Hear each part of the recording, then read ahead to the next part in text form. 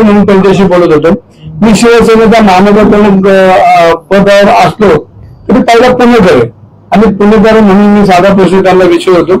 आणि हा प्रश्न विचारता त्यांनी समीर पाटील नावाची व्यक्ती माझ्या समोर आली.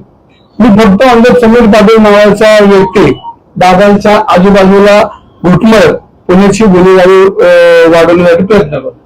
तर मी समीर पाटील हा मी पाहिलाच नव्हता. मग समीर पाटील कोण होतं त्यांनी मग तुमच्याकडे ट्रेन घेतली. मी दंगेकरांकडे आर्मी उस्मान भरता गावात दाखल करेन. मी 100 कोटीचा मालक आहे. मी हे करतो मी ते करतो.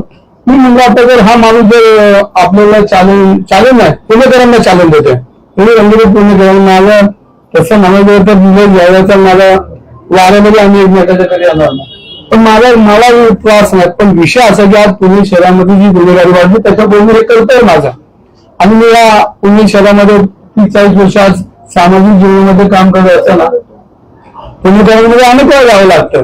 आणि माझी बांधिलकी पुणेकरांची कार्यकर्ता म्हणून की पुण्याला आलेलं संकट किंवा पुण्यामध्ये बदनामी होती की पुण्यामध्ये सर्वसामान्य लोकांना जगता येत नाही.